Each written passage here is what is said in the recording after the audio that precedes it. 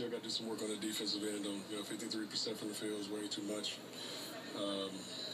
That's the biggest thing. I mean, obviously we're happy about that, but we just got to continue to get better on the defensive end.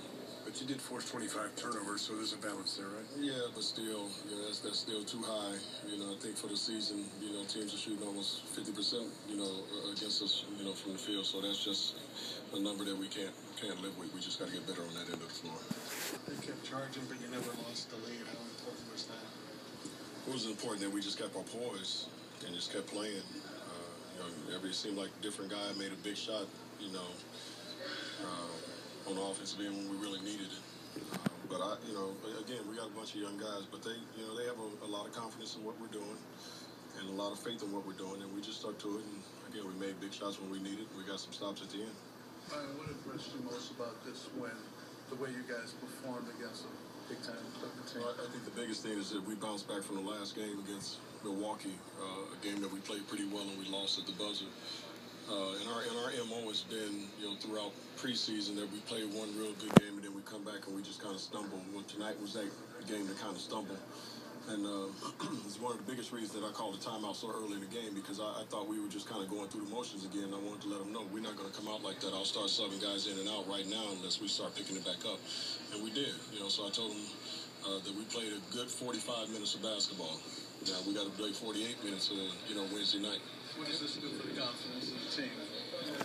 Well, I don't think our confidence was shattered or hurt the last game. I think we felt that if we came in here and played our game, that we would have a chance to win. And we did just that. Again, like I said, the only disappointment is that on the defensive end we allowed them to shoot such a high percentage. But that's something that we can continue to work on. What would you assess Dion tonight? He was really good. He was really good. Made some big shots.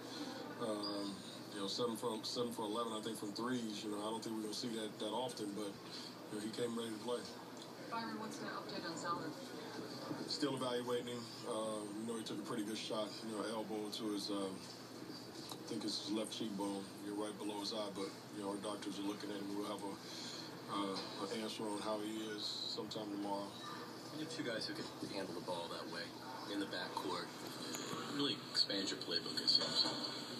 Well, it doesn't really expand it, but it just gives us more options as far as, you don't have to put all the pressure on Kyrie to handle the ball and make plays. You got another guy that can do the same thing. So, it just kind of depends on who has it going that, we can say, all right, Kyrie, you run the high pick and roll, and, we'll put Dion in the corner, and he was able to find him, and then vice versa. So it helps us offensively to be a little bit tougher to guard when you got two guys that can not only make plays but make shots as well. Kyrie seems to have a level of composure, even last year as a rookie, that seems advanced for a guy his age.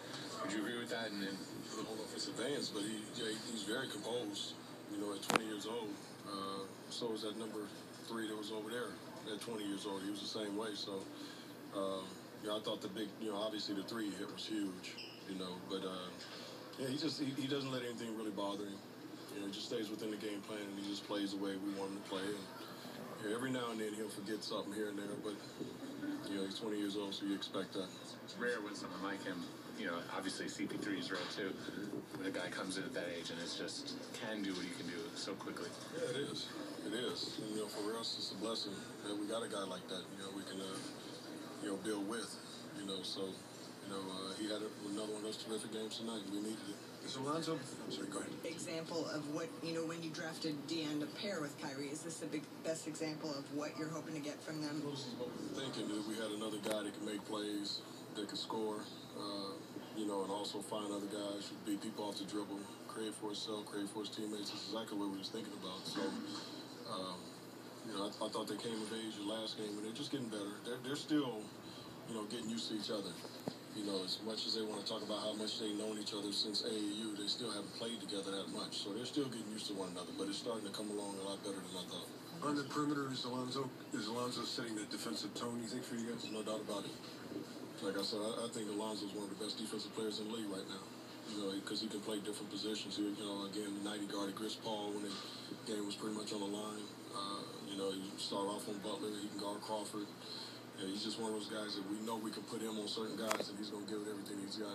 When you have such a good young core, do those young guys feed off each other's energy? Well, I think so. I think all young guys, when things are going well, they're always jumping all over the place. But that's to me, that's obvious. I always want to see them when things aren't going well.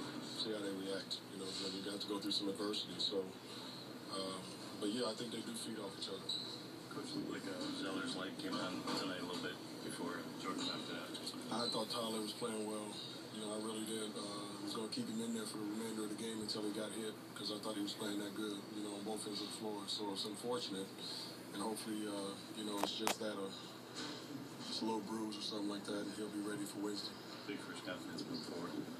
Yeah, I think every game for him is, you know, he's getting, you know, a little bit more used to what's going on. Like I said, the mileage is coming down. You know, regular season, it amps up a little bit more than it does in the preseason, so that mileage is coming back down. So right now I'm real happy with the way he's playing. Thanks, everyone. Okay, thank you. Byron Scott, happy, but immediately talking about defense. That's a shocker, huh?